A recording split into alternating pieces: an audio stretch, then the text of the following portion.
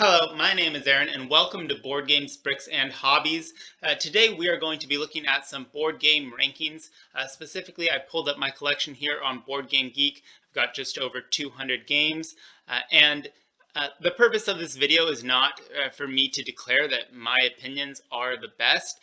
Rather, it's just to show you kind of generally what games I'm drawn towards and which games I like, so that when you watch reviews and things on this channel, you've kind of have an idea of where I'm coming from.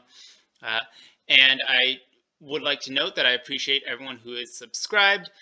So thank you for your comments. I do enjoy responding and reading those. Thank you for that. So I do use the Board Game Geek ranking system on here, which I know not everyone uses this exact system, but I like how it's outlined here. Essentially, 10 is an outstanding game, and I expect that to never change for me. 9 is essentially an excellent game, -1. 8 is a very good game that I'll probably suggest playing. 7 is an okay game, and I'll likely play it if someone else brings it up. 6 is an okay game. 5 is average, take it or leave it. 4 is not so great, but I might be convinced to play in it. And 3 is I probably won't play it again. 2 is I don't plan to play it again. And 1 is just, it's not a game. So there's that. Not everyone uses this exactly, but I like to use that because it makes sense for me. So let's take a look here. Formation, I haven't played that yet. Seven Wonders is excellent. I do like that game. I don't expect that to change. I really love Acquire as well. Apples to Apples, ooh. I think I'm going to drop that down to a 6, actually. So we're going to update the rankings here as we go if need be. Because I'd play it if I'm in the mood, but I don't think it holds up that well. Now, Apples to Apples Freestyle is a version where you fill in the blank, similar to games like Say Anything, and that one I like a lot more. I don't know if I'd say it's excellent, so maybe an 8, but for a party game, it's pretty good. Arboretum, now I just got this one over the holidays, and I've played it a few times. I really enjoy it, so I think I'm going to put it at an 8 for right now, but it could very well be a 9 once I get some more plays in. Atlantis Treasure is a good Lego game, but that's not saying much considering many of them were pretty mediocre. So there's that. Bananagrams Wild Tiles, I'm actually going to jump this one up to a 5 because I played the version without the wild tiles and it was bad. You really just need the wild tiles to make this game more accessible. Bang the Bullet. I enjoy this game. It's not that great by today's modern standards, but I still have a lot of nostalgia for it, so it's going to stay there. Battle Ball is an okay game, definitely better for kids, so that's a 6. Battleship. Battleship is a 4. The card game is significantly better. If you haven't tried that one, I'd suggest trying it out. It fixes a lot of things that are bad about the board game. Big Book of Madness. Now, this one, I have a hard time with this one because I really like it, and I like how unique it is compared to so many other cooperative games, but it's so dang hard. And so for that reason, I mostly play it with 2 or 3 players, or maybe it's honestly probably best as a 2-player game, and it just, yeah. Anyway, so this one could very well drop to a 7. I really want to like it more than I do. BioShock Infinite, this is a fantastic game. I think a lot of people overlook this because of the theme, but I have never played the video game, but I really like this game. And Blink is a silly, slapping game, and Blocus is just a good little abstract. Boo is kind of just an okay take on kind of Othello, reversey style game. It's just okay. Bounce off, you're literally just throwing balls at a. Yeah, it's okay. Brave Rats is great. This is a 2-player version of Love Letter. Break the Safe is a good cooperative game, definitely for younger audiences, but pretty good. Bring Your Own Book is good. It's kind of an apples to apples, but you pick the answers from a book. Bus I didn't really care for.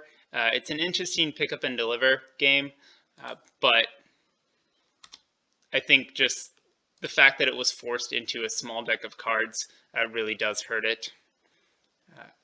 Cash and Guns is great. I don't expect that to change. Can't Stop's a great push for your luck game. Carp Astra, this is an interesting game. I don't hear a lot about it. I found it thrifting, and I really enjoyed my one and only play of it so far. But I'd like to play it again sometime. So haven't played Catan Starfarers. Catchphrase is a party game. It's good for what it is. Checkers is checkers.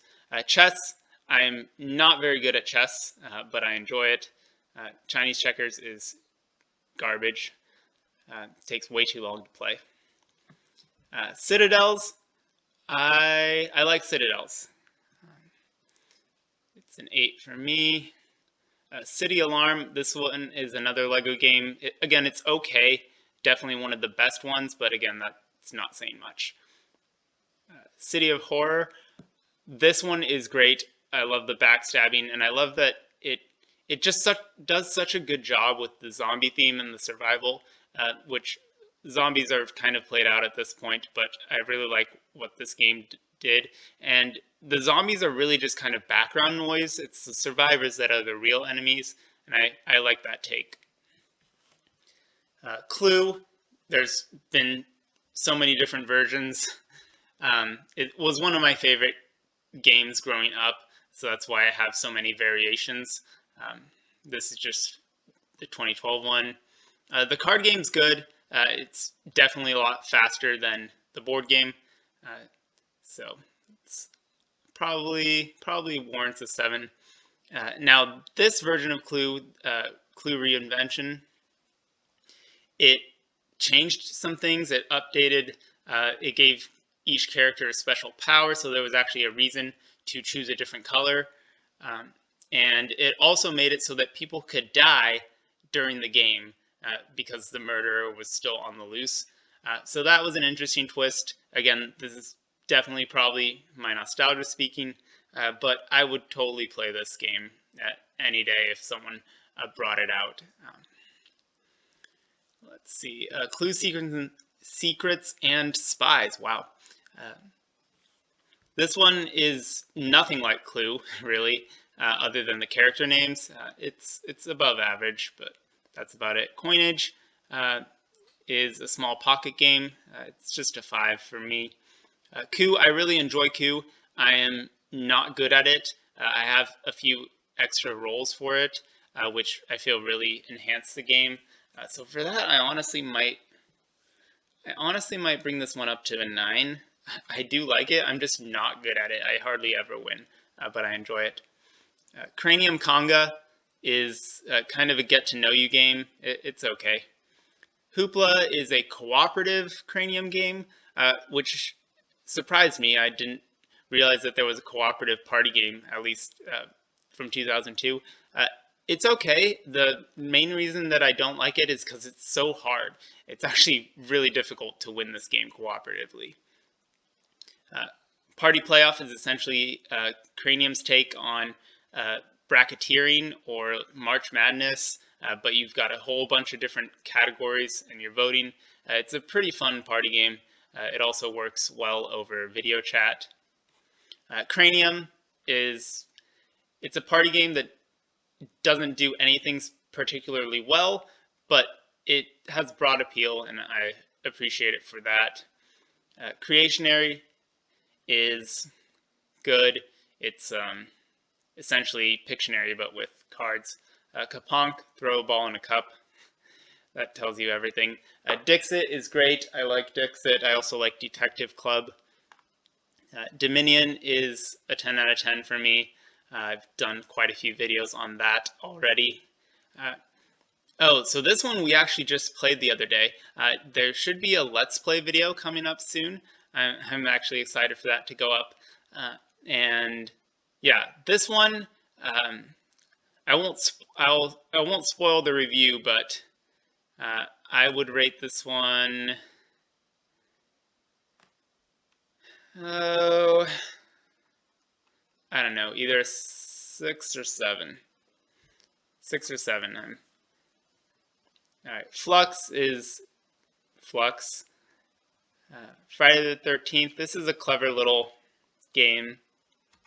It's a trick-taking game, kind of. The Game of Life, I do not like this game at all. You can read my rant about it. But for me, it's a 1 because it defies the description of a game. It's not a game for me. The card game, on the other hand, is 7. Again, nothing super complicated, but miles beyond what the board game tries to do. Game of Things, another. Everyone submit your vote. Game of Thrones, Hand of the King. I like this one. I don't care much for the theme at all, but I enjoy the game. It's going to be, I'm going to give this one an 8. Yeah. Gem is an interesting little bidding game. I actually enjoyed this one. And I would either give this one a 7 or an 8. Ghostbusters, haven't played. Gestures. Gestures, so a lot of these are missing plays because I haven't played them since I started keeping track of plays around 2015. So that's why. And yeah, so Gestures is a decent charade piece game. Halo Action Clicks, it's a miniatures game. I enjoy it. It's pretty streamlined and simple. Heroica, so this is a LEGO game series. Again, one of the better LEGO games, but it honestly probably doesn't deserve a 9. The rules are very much for children. It almost seems like they had higher aspirations for this, but then they were first forced to dumb down the rule set to meet their target audience. So it's kind of a shame. I really would have liked to see what they originally had envisioned for this dungeon crawl. But yeah, there's that. And hey, that's my fish. I just did a video on this one, or if I didn't, I did one that will be out soon. But anyway, hey, that's my fish. I like it, but I think there's other games that are better. So I would probably give this one a 6. Hitsy Road, this is another one I picked up over the holidays, and I like this one. It could very well be a 10 for me, but we'll keep it at a 9 for now since I still feel like I need a few more plays. I really enjoyed that one. In this one, you don't really hate on other players, you just hate on the game. The game is brutal, and you're just trying to survive. I feel like it really does the theme very well. Again, even though zombies are outplayed at this point, Hitsy Road does it well. How to Rob a Bank, 1 versus all game.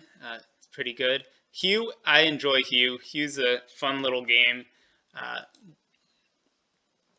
It's part of the Pack Game line. iSchool, I just did a video on this one, and it's okay. I think I just don't really care for dexterity games, but if you do, it would probably be higher for you. Imagine If is a get-to-know-you style game, or if you do know people, it's kind of, it could be a little judgmental, so you definitely have to know the audience for this one, but it can be silly fun. Jenga Pass, it's Jenga, but you pass it around. Journey to the Center of the Earth. This one I really like. It's just a little bit too long. yeah, if it was shorter, it would be higher up. Just when I just acquired that. Mancala, uh, Laser Chess, 9. King of New York, I really like King of New York. I definitely like this one better than King of Tokyo, but I'm in the minority right there. King Domino is great. It's clever, and it's with the court expansion, just really great. I think simple game for both adults and kids alike. This is not a game. This is rock, paper, scissors. Last Night on Earth. This one is another one that's probably being judged a lot through nostalgia, but I do like it. It's immersive, it's wacky, it's nonsense. It's funny because I really like this one, but I do not like Betrayal at House on the Hill, and I've been told that they are fairly similar, but I like this one. Loot and Loaded, I did a review on this one. It's a 7, which I feel like in my review I sounded a lot more negative than I actually am, because I like the game. I just think that it's the contrast between the silliness of the guns and the gameplay that was actually fairly well balanced just kind of seemed odd to me. Lost Cities, I like. Machi Koro is a 7 out of 10 for me. Mad Gab, party game, 5 out of 10. Magic, I don't play Magic extensively. I think it's best played with just some dual decks and that not trying to go all in. Arena of the Planeswalkers, I have only played this a handful of times, so it might be a 7 at this point.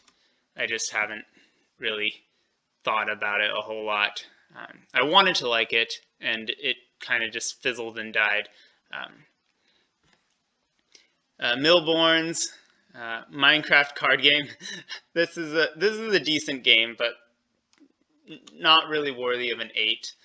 It's kind of like Splendor Light, if you will. Mr. Bill is old maid, but reinvented and more complicated. I keep it because I use it to play another game with the same cards. Monopoly is Monopoly, and it's okay. Monopoly Deal is great. It's a silly, quick card game, accessible. Monopoly Gamer is also kind of silly. I picked it up on clearance for about $14, so yeah. Let's see. Monopoly Millionaire Deal. This one was not good. It tried to capitalize on the success of the first one and did not succeed, in my opinion. I actually wrote a written review on that one. I have not done a written review on Board Game Geek in a long time. All right. Monopoly U-Build. I like this one because it's modular. It's not nearly as modular as it could have been, but I appreciate that they at least tried to do something different. You can also build buildings right away, and I'll have to do a video on it at some point because they changed quite a bit, and much of it was for the better. Still not an amazing game by any means, but I liked it. Munchkin. Munchkin's probably a 7 or a 6 for me. It's one that my spouse enjoys, and so Bang is my nostalgia keeper, and Munchkin is hers. So we both kind of have our own. We get to keep this game because of nostalgia and not necessarily because it's amazing. Loot Letter, I like this theme better than the Love Letter one, so that's fun. Super Munchkin expansion. And yeah, Nabbit is an interesting word game. It's kind of like Upwards, but without a board. New York 1901, I really, really like this game. I don't really like my video that I did on it. It was one of my earlier videos, and I definitely do not have any charisma in those videos at all. Granted, some would probably say that I don't have any charisma right now, and I'm sorry. I'm trying. Anyway, so New York 1901, excellent game, and the designers are really great. Guy actually commented on my video of it, which was, again, one of my first videos on YouTube, and putting things out on the internet for everyone to see is intimidating. Anyway, Nut is a clever little game. Actually, I think it's my favorite of the Patco game line. Oregon Trail is silly. It's honestly, it might be a 6 for me, because even though it's really difficult to win, it's mostly random nonsense. It's an accessible cooperative card game. And I feel like that niche doesn't really exist. Yeah, there's like Hanabi and stuff, but I don't feel like Hanabi is really as accessible as something like this. Othello, 7 out of 10. Pandemic, 10 out of 10. I have a couple expansions. I did a video on how to fit those all in a box, but current world events aside, I like this game. Parks, I don't know if I've played this enough to feel like I've got a rating on it. If I had to pick now, I would probably put it at an 8. Phase 10, it's Rummy. I'm not a huge fan of Rummy. Photosynthesis, beautiful game, very well done. It's essentially an abstract, but anyway. Picturica is like Where's Waldo? And Pit is chaotic energy, and I appreciate that every once in a while. Pokemon TCG, I like the mechanics of it. I just really don't like the power creep and the fact that you can't really combine old cards with new cards. It's not balanced at all for that. Quick Strike is just an interesting system. It's a system that only had 3 different versions, but it's okay. Quirkle, I like Quirkle. Quirkle, I might drop that to an 8, but it's a good game. I like it. Race for the Galaxy, I have not played yet. Racco, Ramses Pyramid, again, some more Lego games that are just okay. I keep them because they have good pieces, mainly. They were good parts packs, if nothing else. Resistance is my favorite social deduction game.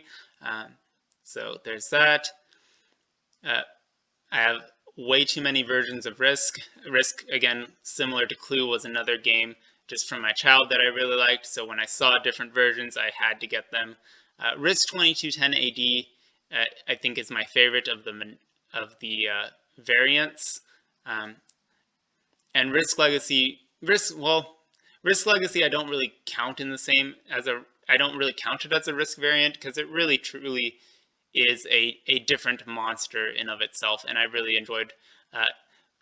As you can see here, I got through 1 campaign and then a half, and then everyone bailed. I was able to reset the board with some difficulty, but anyway,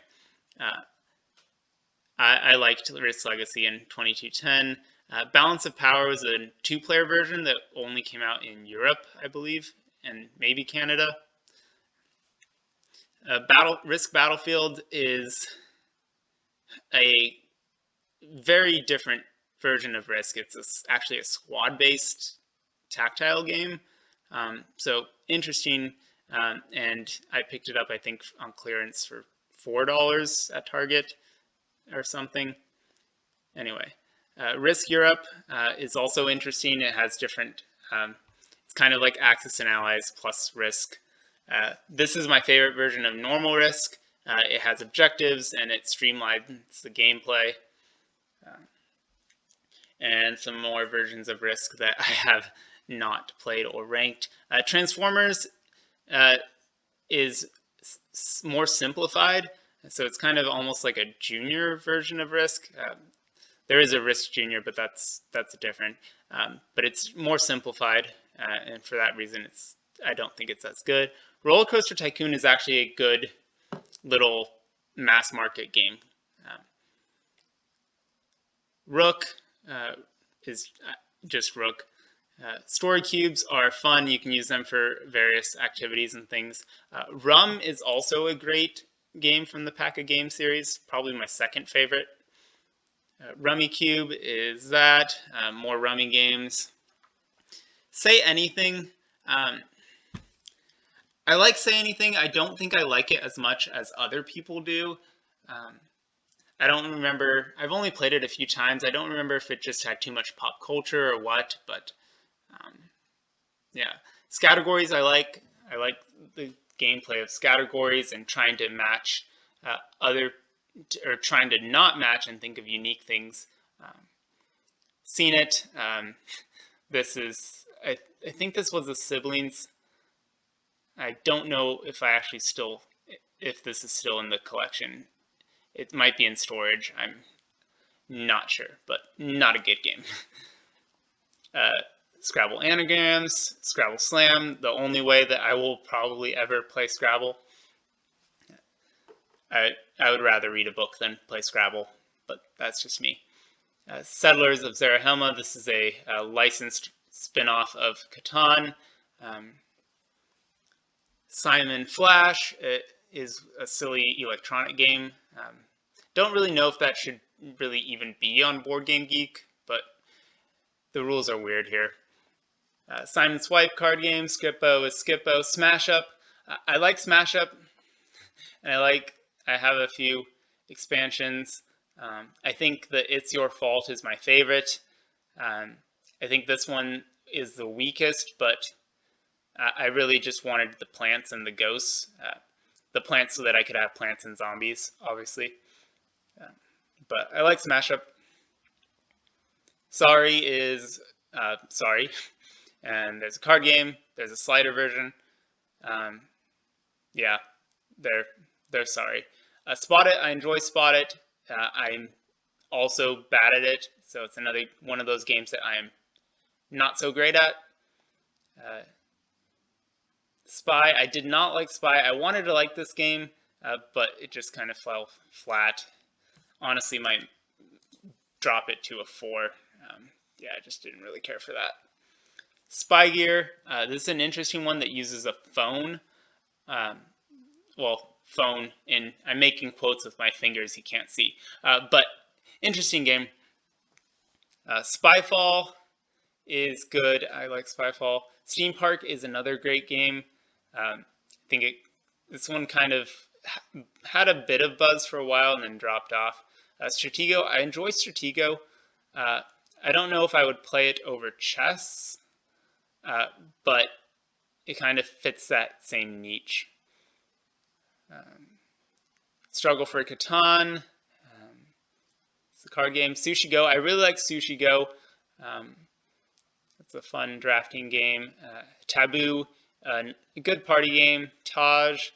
Haven't played enough. Take the Train. It's a kind of another rummy style game. Templar Intrigue is a social deduction game. I really want to get this to the table more often because I feel like it could click with the right group. Temple Run. This game is actually surprisingly decent for a mass market game. So I'm actually going to bump that to a 6 because even though it's a mass market game and it's kind of silly, it's slightly above average for what it tries to do. It's kind of a push your luck, Escape Junior, if you will. Temporum, ooh, let's see here. So I would say this is probably an 8. It might move up to a 9 for me. I just got the expansion and that really helps it out. Ticket to Ride New York is my favorite Ticket to Ride game. We have Timeline, Trigger. That's a funny game. I would probably say it's an 8. I don't like it as much as Spot It, but it's good. Trivial Pursuit, but you get to bet on people's answers if they're going to get it right or wrong, so similar to Wits and Wagers. This, I believe, is in my parents' collection. Twister is Twister. Twister Hoopla is a different version of that. Anyway, Two Rooms and a Boom is interesting. Definitely situational. Unlock. I'm actually going to move Unlock. So this is my rating just for the series as a whole. I think I'm going to move it up to 7. I do enjoy it. Let's see. Uno, Uno Attack, Uno, Uno. This is Uno Remix, which is essentially Uno Legacy. I did not realize that existed. I know that there's a game called Blank, which was also kind of based off of Uno, but not licensed. Oh, Villainous, Villainous, Villainous. I really wanted to like Villainous, but honestly, the multiplayer solitaire just kills it for me. I really just wish that it either had more player interaction, but all the player interaction is take that anyway. I did a video on that. You can go watch that. Waterworks is that. Welcome to the Dungeon is a 10 out of 10 for me. I wish the expansion had more diversity in the characters, but that's a topic for another video. A win, lose, or draw is just a drawing game. Wink is actually, I actually like this. It's a party game where you're trying to secretly communicate to each other by winking. Kind of similar to, there's a game called Shifty Eyed Spies that came afterwards that I feel kind of not stole the buzz, because there wasn't really a whole lot of buzz around party games, but I like it. Wizard Always Wins is good. It actually works surprisingly well as a 2-player game. Have not had a chance to play Wizards Wanted. I take it on and off my trade list because I go back and forth on whether or not I want to open it and play it. Disney Trivia game. World Series of Yahtzee is an interesting speed game take on Yahtzee. Comes with some cool dice. Yahtzee, even though it is mostly multiplayer solitaire, you don't have to pay attention during other people's turns, so it works. Yahtzee Flash, electronic game. Yahtzee Free For All is my favorite version of Yahtzee. It essentially gamifies it. And Yahtzee Hands Down, Yahtzee Steal the Deal, Yu-Gi-Oh! I've never actually played that. I just have a bunch of cards. Or rather, I inherited a bunch of cards from my sibling. Zombie Dice, and Zooloretto. I forget about Zooloretto, but every time I'm reminded of this game, I smile because it's a fun game. Coloretto is also great as well. I don't own that one, but I do play it a lot with a custom deck. But yeah, so those are my thoughts and opinions and current rankings on my board game collection. Again, this isn't to say that my opinions are the end-all be-all. It's more just a reference point for what my thoughts on games are, so that when you watch other videos, you can kind of have an idea of what to expect. So thank you so much. If you stuck around through this whole video, I really do appreciate it. So if you want to give the video a like, that really does help support the channel. It doesn't cost you anything. And if you are interested in seeing more content, then you can always subscribe, of course.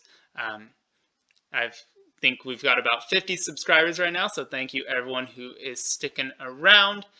Let me know what kind of content you would like to see in the comments, because I do want to make sure that I'm making stuff that people who subscribe to the channel are expecting. So that's make your voice heard, and I will take that into consideration. Once again, my name is Aaron, and you've been watching Board Games, Bricks, and Hobbies. Take care. Bye.